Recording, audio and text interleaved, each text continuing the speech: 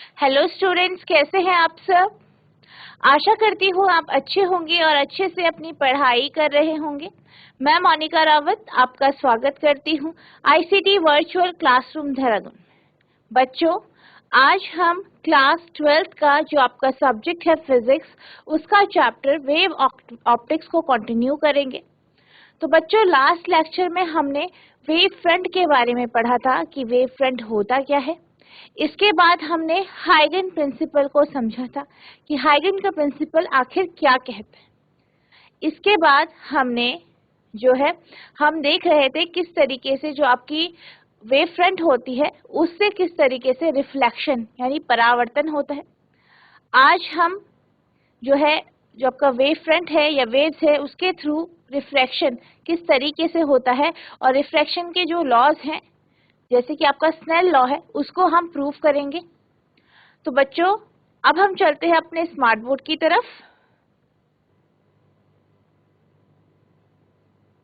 तो बच्चों, आज हम पढ़ेंगे refraction on the basis of wave theory, यानी वेव थ्योरी के अकॉर्डिंग जो हमारा रिफ्लेक्शन है यानी अपवर्तन है, ये कॉन्सेप्ट हम पढ़ें।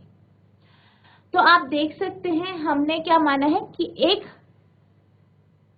आपकी वेव है, लाइट की वेव है जो कि आपकी इंसिडेंट होती है या पड़ती है। किस पे पड़ती है? एक मीडियम में पड़ती है और वो वेव जो है मीडियम 1 से मीडियम 2 की तरफ जाती है। अब ये केस आपका रिफ्रैक्शन का है, यानी ये जो आपकी वेव है वो आपकी मीडियम 2 से पास होगी। तो हम ये मानते हैं कि जो आपकी वेव है वो आपकी ए बी है जो कि आपकी इंसिडेंट होती है आपकी सरफेस पी क्यू पे। तो अब जब हम वेव की बात कर रहे हैं, ठीक है, जो वेव है, लाइट की वेव है, उसकी हम बात कर रहे हैं, ये क्या होती है? ये पास होती है। तो सबसे पहले जो हम क्या करते हैं, इसको हम रेस में कन्वर्ट कर देते हैं। तो हम दो रे ले लेते हैं, दो किरणें ले लेते हैं जो कि आपकी ये है 1 और 3, 1 2 एंड 3 है। तो 1 एंड 3 को हम कंसीडर करते हैं, ठीक है। तो जो आपकी पहली किरण है वो जब सरफेस पे पड़ेगी तो क्या होगी? वो रिफ्रैक्ट होगी और इस तरीके से अपना उसका पाथ मुड़ जाएगा, चेंज हो जाएगा और वो 1 डैश उसकी क्या हो जाएगी? उसका चेंज पाथ हो जाएगा। वैसे ही 2 रे जो है जब वो पास होती है मीडियम से तो वो इस तरीके से बेंड होती है, इसे हम 2 डैश नाम दे देते हैं। इसी तरीके से जो 3 है ये जब आपकी मीडियम से पास होगी तो ये इस तरीके से 3 डैश हम उसका नाम देते हैं। तो ये इस तरीके से क्या हो रही है, जो है मीडियम 1 से मीडियम 2 की तरफ जा रही है। अब हम ये देख सकते हैं कि जो आपकी रेस है वो मीडियम 1 से मीडियम 2 की तरफ जा रही है। हम कंसीडर करते हैं हमारी जो फर्स्ट रे है और थर्ड रे है, इन दोनों को हम कंसीडर करते हैं। हम ये जानते हैं जो आपका म्यू है वो आपका रिफ्रैक्टिव इंडेक्स है या फिर अपवर्तनांक है, और आप ये जानते हैं जो आपका म्यू होगा वो बराबर होगा, अगर हम मीडियम 1 का म्यू यानी रिफ्रैक्टिव इंडेक्स म्यू 1 ले लें और मीडियम 2 का म्यू 2 ले लें तो आप जानते हैं म्यू बराबर म्यू 2 अपॉन म्यू 1 होगा। क्या होगा? म्यू 2 अपॉन म्यू 1 होगा।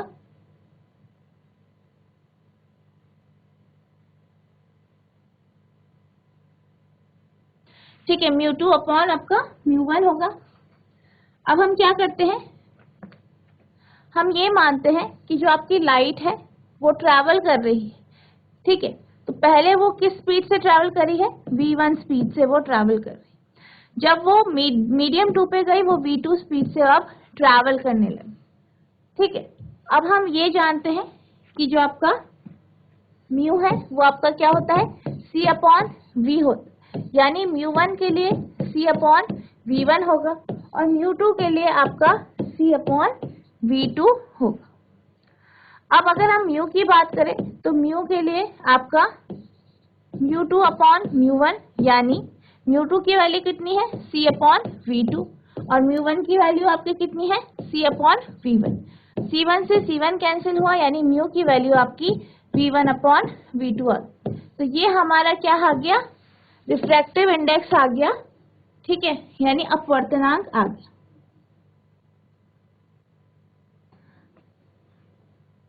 तो इससे हमें ये पता चला कि जो आपका रेयरर मीडियम है, ठीक है, यानी जो आपका विरल माध्यम है, उसमें जो है आपकी जो स्पीड है लाइट की वो ज्यादा होगी, सघन माध्यम में कम होगी, क्योंकि उसका जो मीडियम है वो कैसा है, डेंसर है। तो डेंसर मीडियम में स्पीड क्या हो जाएगी, कम हो जाएगी, और रेयरर मीडियम में स्पीड ज्यादा हो जाएगी। अब हम कंसीडर करते हैं रेस को। अब आपकी जो रे है, ठीक है, पहली रे जो है फर्स्ट रे, इसको अगर हम देखें तो आपका ए से जब वो सी की तरफ जाती है, ये ए से सी पॉइंट पे जाती है, तो ये कितना डिस्टेंस कवर करेगी, जब ये आपकी ए से सी की तरफ जाएगी तो ये v1 स्पीड से जाएगी और डिस्टेंस आपका t कवर करेगी। इसी तरीके से हम बात करें जो आपका बी डी है, तो बी डी जो है ये आपकी किस स्पीड से जाएगी, जो आपकी बी डी है वो आपकी v2 स्पीड से जाएगी, और टाइम कितना लेगी, आपका t लेगी।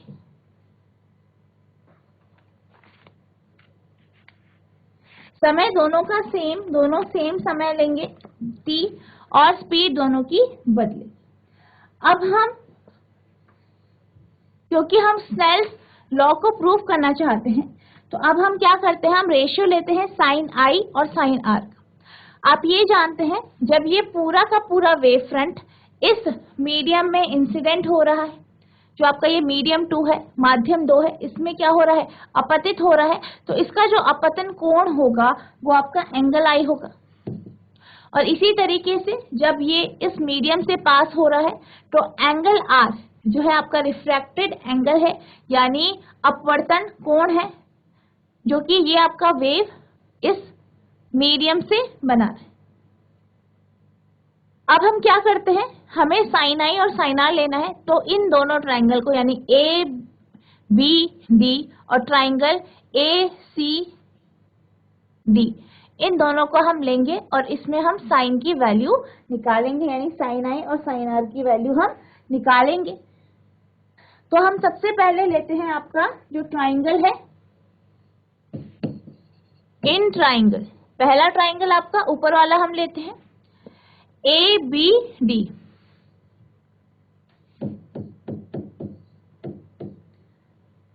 अगर हम साइन आई की बात करें, साइन आई आप ये जानते हैं जो आपका यहाँ पे एंगल बी है वो आपका 90 डिग्री का है, और यहाँ पे ये एंगल सी जो है ये 90 डिग्री का।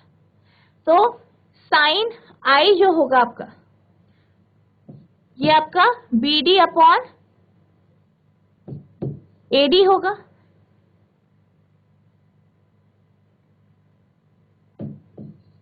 B D upon A D. इसी तरीके से अगर हम ट्राइंगल लें, कौन सा ट्राइंगल लें, ए सी डी की, ए सी डी, जो आपका साइन आर होगा, साइन आर वो आपका ए सी अपॉन आपका ए डी होगा, ए सी अपॉन ए डी होगा। ये हम इक्वेशन 2 मान लेते हैं। अब अगर हम इन दोनों इक्वेशंस को डिवाइड करें, यानी डिवाइडिंग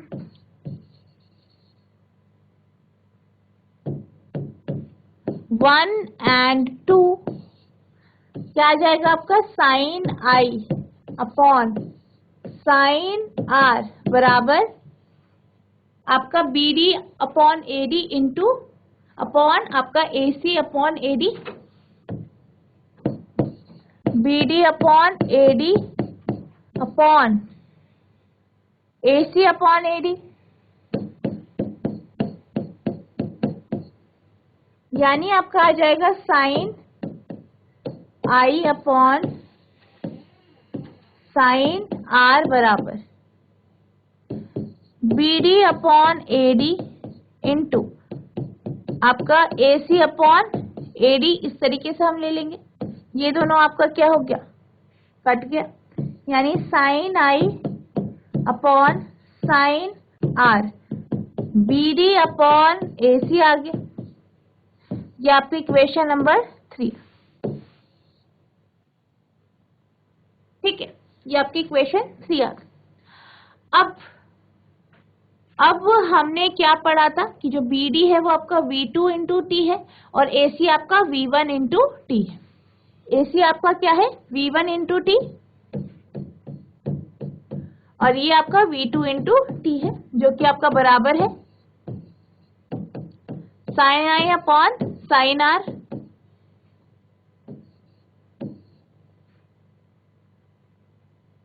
अब ये आपका रेशियो जो है ये कुछ इस तरीके से है, जैसे कि आप यहाँ पे देख सकते हैं।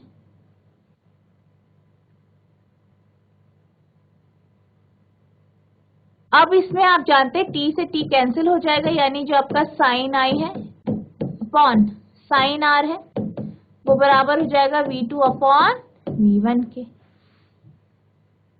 अब अगर हम V2 अपॉन V1 की वैल्यू देखें, क्या देखें, V2 अपॉन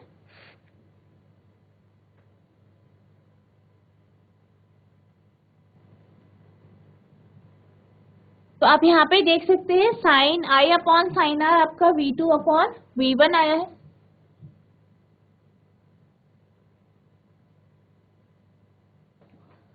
क्या आया है, V2 अपॉन V1 आया है।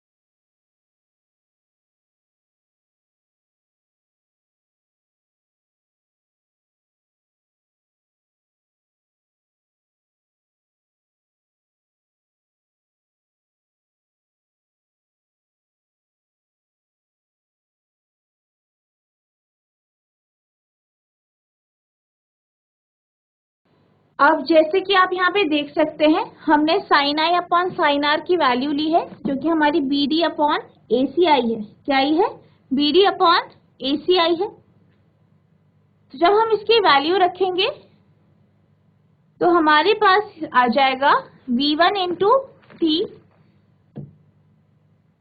अपॉन V2 इंटू T, यानी V1 अपॉन V2 आपकी वैल्यू आ जाएगी।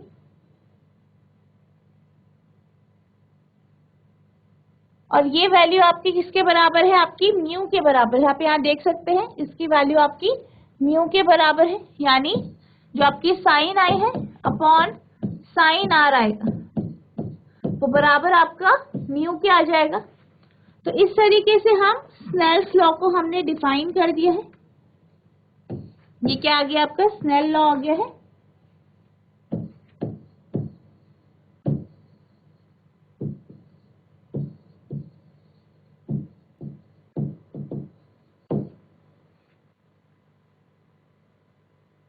तो इस तरीके से हम स्नेल्स लॉ को refraction on the basis of wave theory हम इसे क्या कर सकते हैं, प्रूफ कर सकते हैं।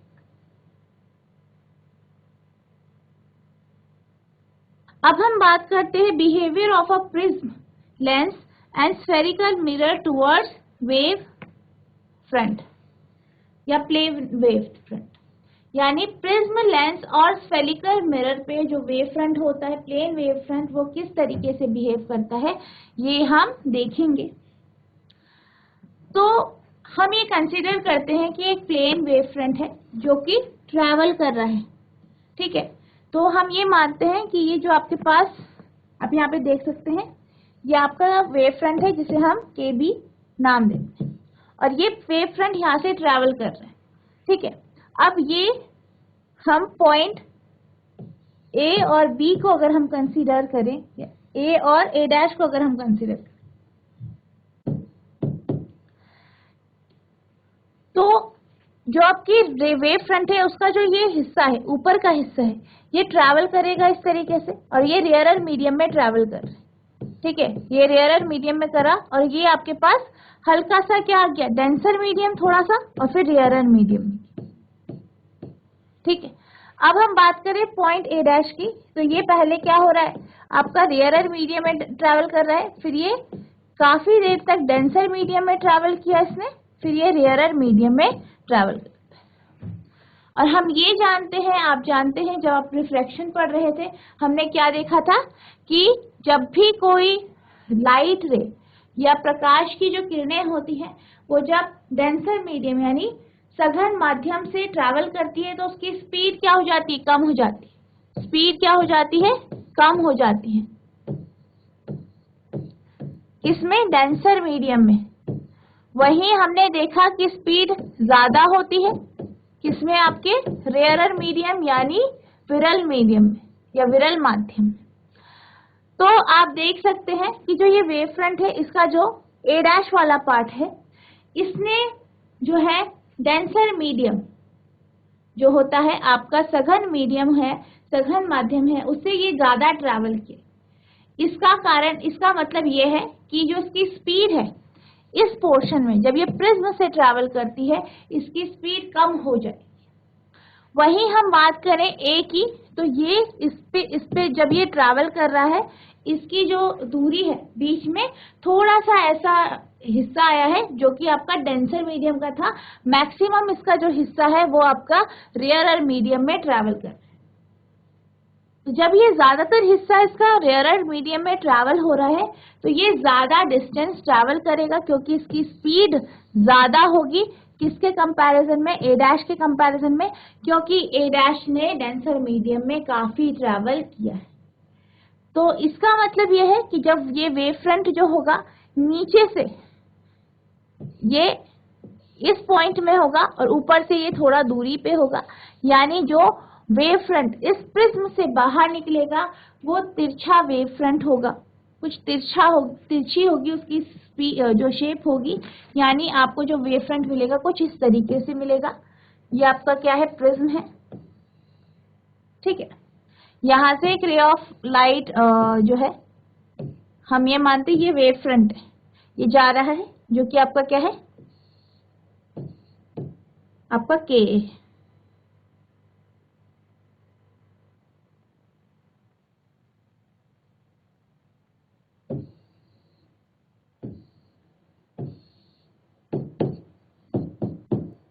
अब ये पास हुआ इससे, के बी है,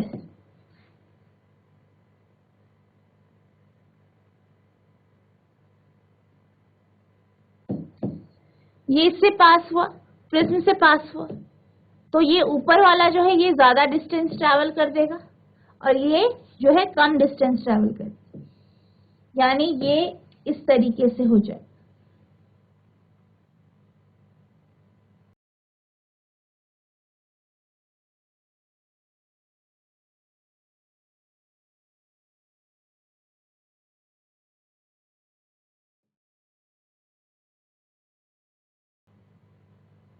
तो आपका जो है के पॉइंट आपका इधर पे आ जाएगा जिसे हम के डैश लिख लेते हैं और बी पॉइंट यहाँ पे आ जाएगा जिसे हम बी डैश लिख लेते हैं और इस तरीके से ट्रैवल हो, यानी आपका जो वेव फ्रंट का ऊपर का भाग है उसने ज्यादा डिस्टेंस ट्रैवल की है किससे, नीचे वाले पार्ट से।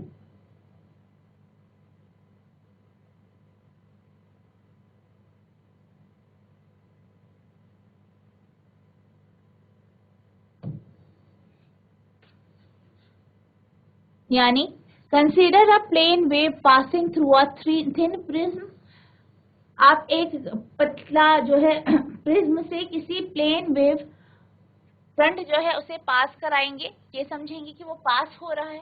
Clearly the portion of incoming wave front which travel through the greatest thickness of glass has been delayed the most. हम ये देख सकते हैं कि जो वेव फ्रंट है, वेव फ्रंट का जो वो हिस्सा जो कि प्रिज्म की मोटाई यानी जहाँ पे वो सबसे ज्यादा मोटा है वहां से वो पास होता है, तो वो बहुत डिले हो जाता है, लेट हो जाता है या बहुत देर में आगे पहुंचता है। Since light travel more slowly in glass, क्योंकि जो आपकी लाइट है, प्रकाश है, वो बहुत धीरे से ट्रैवल होता है या आराम से ट्रैवल होता है, बहुत कम स्पीड में ट्रैवल होता है ग्लास में। This explain the tilt in the emerging wave front. इस कारण हमें जो एमर्जिंग वेव फ्रंट मिलती है उसमें हमें टिल्ट दिखता है। क्या दिखता है? टिल्ट, यानी वो तिरछा या झुका हुआ आपको वेव फ्रंट मिलता है जब वो प्रिज्म से पास हो। यानी एक पतले प्रिज्म से गुजरने वाली समतल तरंग पर विचार करें। स्पष्ट रूप से आने वाले वेव फ्रंट का हिस्सा जो कांच की सबसे बड़ी मोटाई के माध्यम से यात्रा करता है, उसमें सबसे अधिक देरी हुई है। क्योंकि प्रकाश कांच में अधिक धीमी गति से यात्रा करता है, यहाँ उभरते तरंगाग्र में झुकाव की व्याख्या करता है। यानी यही कारण है जब आपका प्रिज्म से पास होगा वेव फ्रंट और उसका क्या होगा, वो आपको जब वो बाहर निकलेगा प्रिज्म से तो आपको थोड़ा झुका हुआ दिखाई देगा। तो अगर इसके अकॉर्डिंग हम देखें तो हम ये कह सकते हैं कि जो आपका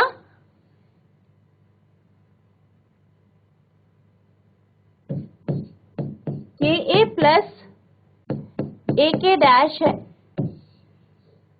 ठीक है, वहां पे इसका सिरा पतला था, इसने ज्यादातर कहाँ पे ट्रैवल किया? लाइट की स्पीड से ट्रैवल किया, जो कि एयर में हो, तो यानी speed of light in air. क्योंकि ये एयर से यानी हवा से ट्रैवल कर रहा है, इसलिए यहाँ पे आपका speed of light in air आ जाएगा। ये आपका बराबर हो जाएगा, किसके बराबर हो जाएगा? आपका BC। किसके बराबर होगा? BC upon speed of light in prism. B dash के बराबर ले लेते हैं,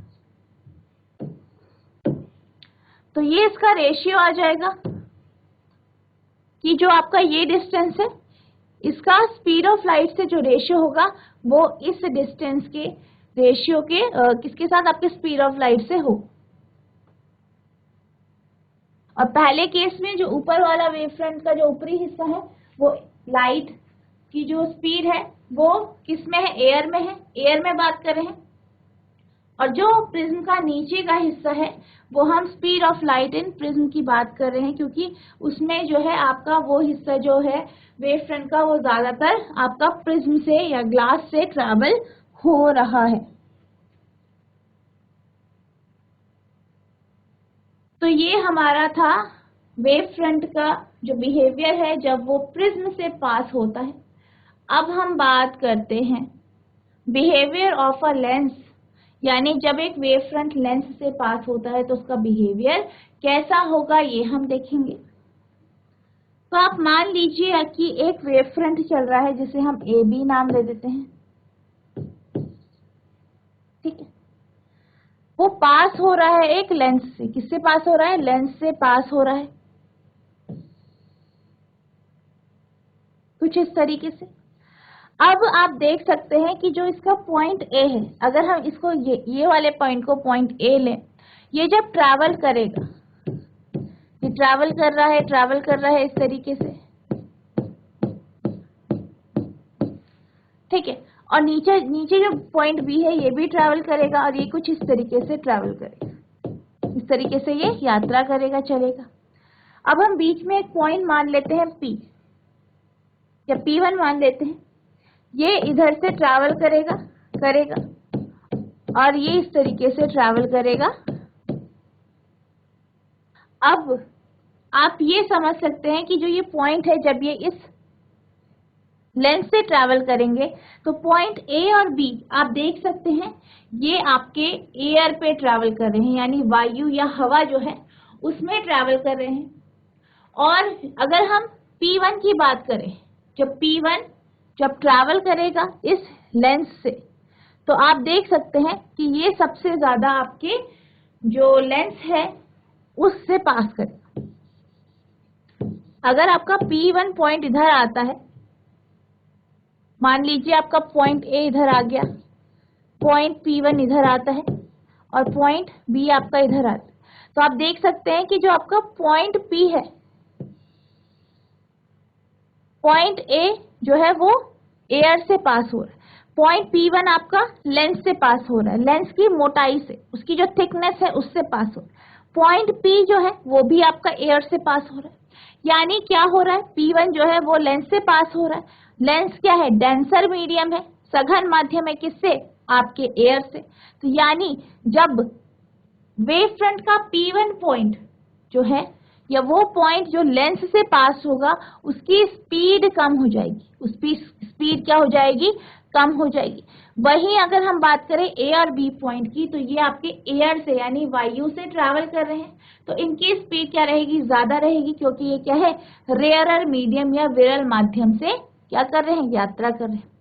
तो क्या होगा कि जो आपका वेव फ्रंट का ए पॉइंट है ये ज्यादा दूरी तय कर देगा, बी पॉइंट भी ज्यादा दूरी तय कर देगा, लेकिन सी पॉइंट जो है ज्यादा दूरी ट्रैवल नहीं कर पाए।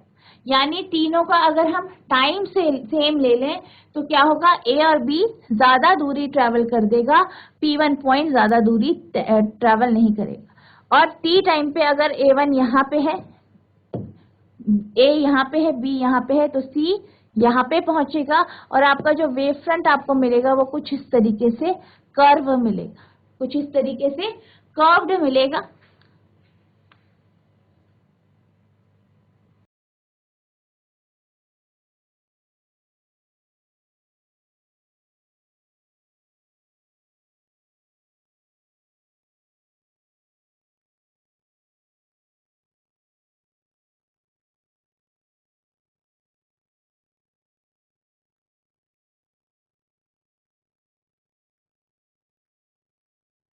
तो हम ये मान लेते हैं कि ये यहाँ पे ए डैश, बी डैश और ये पॉइंट जो है आपका P2 हो। तो ये आपका क्या आ जाएगा, इस तरीके से, इस जो ये आपके लेंस है, लेंस से जब ये पास होगा, यानी जो आपका कॉन्वेक्स लेंस है, ठीक है, जो आपका कॉन्वेक्स लेंस है यानी जो आपका उत्तल लेंस है, उससे जब पास होगा तो आपका वेव फ्रंट कुछ इस तरीके से है और ये इस तरीके से ट्रैवल करेगा और ये कन्वर्जिंग वेव फ्रंट की तरह ट्रैवल करेगा, यानी कन्वर्जिंग स्फेरिकल वेव फ्रंट की तरह ये ट्रैवल करेगा। और ये आया कैसे है, प्लेन आपका वेव फ्रंट। इसी तरीके से अगर हम कॉन्केव लेंस लेते हैं, हम मान लेते हैं कि ये क्या है, आपका कॉन्केव लेंस है। यहां से क्या हो रहा है, वेव फ्रंट ट्रैवल कर रहा है और कैसा वेव फ्रंट है आपका, प्लेन वेव फ्रंट है। इसी तरीके से प्लेन वेव फ्रंट है। ये आपका पॉइंट ए मान लेते हैं, ये हम P1 पॉइंट मान लेते हैं और ये आपका B पॉइंट मान लेते हैं। अब जब ये ट्रैवल करेगा यहां से, इस लेंस से, तो आप देख सकते हैं कि ए और बी पॉइंट जो है वो ज्यादा डिस्टेंस ट्रैवल करेंगे लेंस से। वो क्या करेंगे,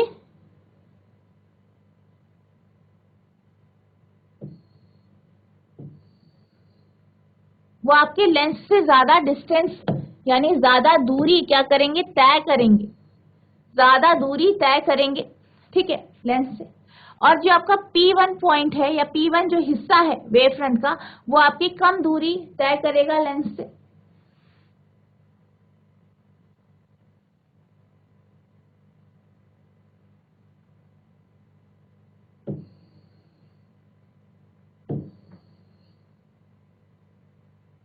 यानी ए और बी क्या होंगे, ज्यादा दूरी तय करेंगे लेंस से और P1 कम दूरी तय करेगा लेंस से।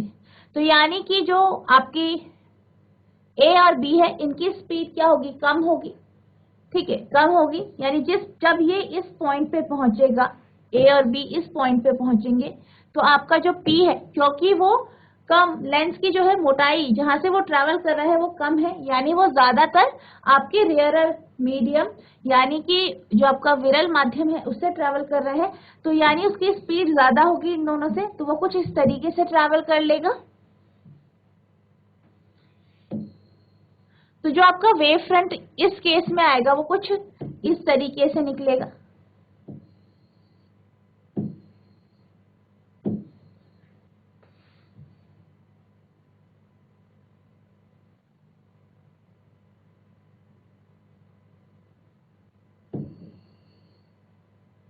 तो आप देख सकते हैं कि इस तरीके से जो है वेव फ्रंट ट्रैवल होगा। और ये जब हम इसको ऑब्जर्व करते हैं तो यहाँ पे आपको दिखता है, ये आपका डाइवर्जिंग स्फेरिकल वेव फ्रंट की तरह ही आपको दिख रहा है।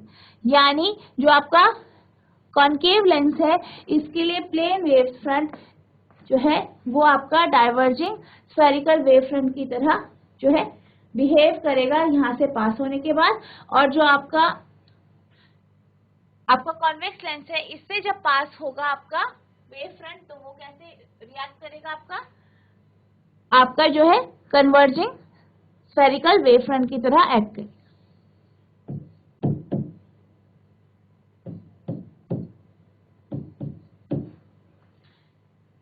यानी कि हम यहाँ पे कॉन्वेक्स लेंस का जो है उसका डिस्क्रिप्शन देखते हैं कि आखिर हो क्या रहा है इसमें। Similarly, the central part of an incident plane wave traverses the thickest portion of a convex lens and is delayed the most. इसी तरह एक घटना समतल तरंग का मध्य भाग उत्तल लेंस के सबसे मोटे हिस्से को पार करता है।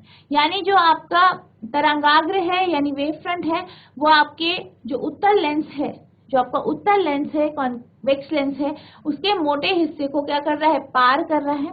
तो इस कारण क्या हो रहा है, इसकी जो स्पीड है वो कम हो रही है। तो ये क्या कर रहा है, इसमें आपको सबसे अधिक विलंब देखने को मिल रहा है। यानी जो वेव फ्रंट है वेव फ्रंट का ये हिस्सा बहुत ज्यादा डिले हो रहा है। The emerging wave front has a depression at the centre, it is spherical and converges to a focus. यानी उभरती हुई तरंगाग्र के मध्य में एक गड्ढा होता है, यह गोलाकार होता है और फोकस में परिवर्तित हो जाता है या फिर ये फोकस में कन्वर्ज हो रहा है। तो ये जो है कॉन्वेक्स लेंस, इससे जब पास होती है आपकी वेव, लाइट वेव, तो वो प्लेन जो है वेव फ्रंट वो पास होता है तो वो किसकी तरह एक्ट करता है, कन्वर्जिंग स्फेरिकल वेव फ्रंट की तरह वो एक्ट करता है।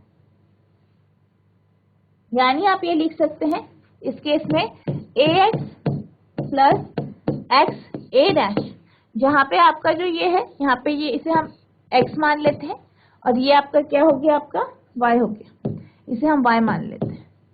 तो यानी क्या हो जाएगा, ax plus x a dash upon speed of light in air बराबर हो जाएगा आपका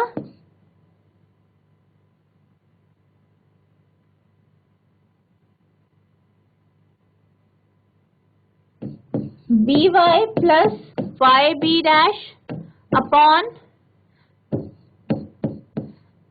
speed of light in air, जो कि बराबर होगा आपका P1 P2 upon speed of light in lens material. तो ये आपके पास इस तरीके से आ जाए। तो अभी हमने बात की कि जब प्रिज्म से कोई वेव फ्रंट पास होता है तो वो किस तरीके से आपका बिहेव करेगा, और जब आपका कोई wave front, plane wave front किसी कॉन्वेक्स लेंस और कॉनकेव लेंस से पास होगा तो किस तरीके से बिहेव करेगा। अब हम बात करते हैं स्फेरिकल मिरर की।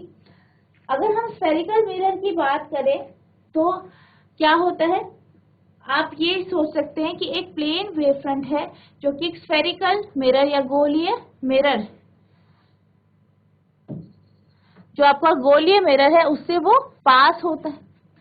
आप ये देख सकते हैं कि ये पास हो रहा है, इस तरीके से जा रहा है और ये पोर्शन भी इसका इस तरीके से पास हो रहा है, ठीक है। ये दो पोर्शन पास हो रहे हैं और इसको हम वेव फ्रंट को ए बी नाम दे देते हैं। और एक इसका बीच का जो पोर्शन है वो इस तरीके से इसका जा रहा है। अब क्या होता है, अब जो है आप देख सकते हैं क्योंकि ये इस तरीके से कर्व है, तो यानी जो आपकी ए पार्ट है वेव फ्रंट का वो क्या करेगा, वो पहले टकराएगा,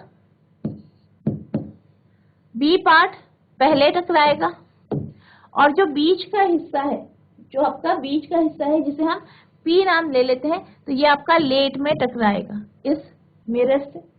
तो यानी जब ये यहाँ पे टकराएगा तब तक आपका जो ए वेव है वो कुछ इस तरीके से पहुंच जाएगी और आपकी जो पी वेव है वो इस तरीके से यहाँ पे टकराएगी। यानी जो आपका इस केस में वेव फ्रंट आएगा वो कुछ इस तरीके से आएगा।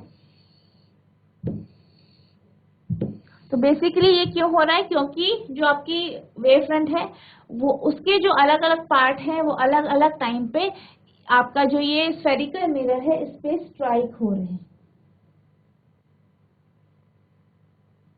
क्या हो रहे हैं, अलग अलग टाइम पे स्ट्राइक हो रहे हैं।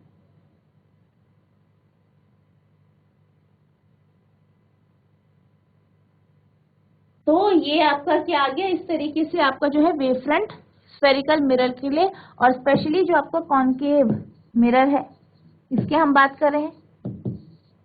यानी किसकी बात कर रहे हैं, अवतल मिरर की या दर्पण की बात कर रहे हैं।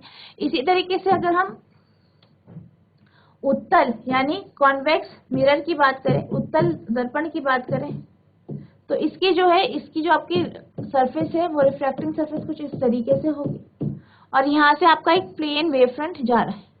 अब अगर हम इसे इस पार्ट को ए मान लें, इसको बी मान लें, तो जो ये हिस्सा है वो आपका इस तरीके से स्ट्राइक होगा और जो बीच का हिस्सा है वो आपका पहले स्ट्राइक हो जाएगा ए और बी से। यानी जब ए बी यहाँ पे होंगे, आपका जो पी पॉइंट है या बीच का हिस्सा है वेव फ्रंट का वो इस पॉइंट पे आ जाएगा।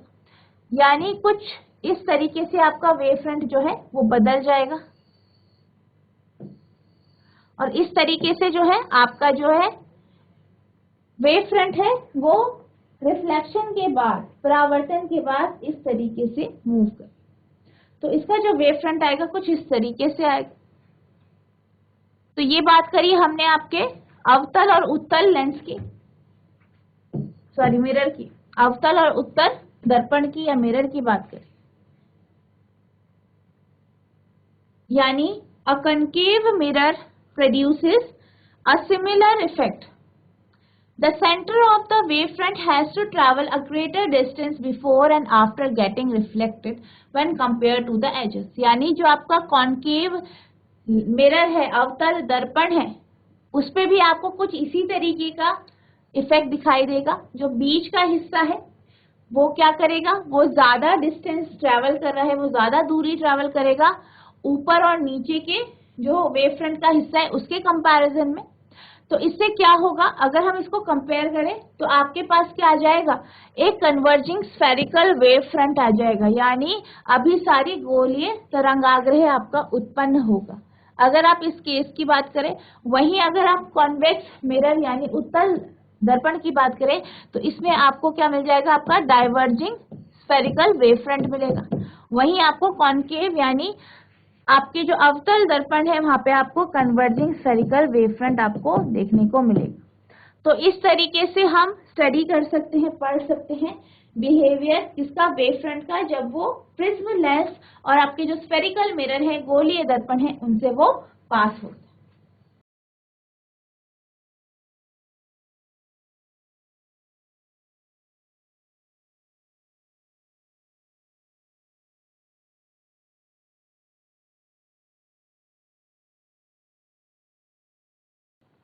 तो बच्चों मैं आशा करती हूँ जो मैंने आज आपको पढ़ाया वो आपको समझ में आ गया होगा।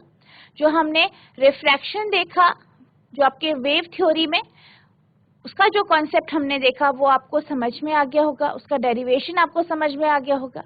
इसके बाद हमने जो बिहेवियर देखा वेव फ्रंट का, जब वो प्रिज्म लेंस या किसी स्फेरिकल मिरर से पास होता है तो वो जो हमने कॉन्सेप्ट देखा वो भी आपको समझ में आ गया होगा। आई होप आपने इसे नोट डाउन भी कर लिया होगा। तो बच्चों, आपको क्या करना है, इस टॉपिक को रिवाइज करना है और जो इसके आगे के जो रिलेटेड टॉपिक्स हैं उनको पढ़ के आना है। और आपको अगर कोई भी क्वेरी है, कोई भी क्वेश्चन होता है, तो आपको नेक्स्ट क्लास में पूछना है। तो बच्चों, आज के लिए बस इतना ही। मिलते हैं अब नेक्स्ट सेशन में। तब तक के लिए thank you and have a nice day.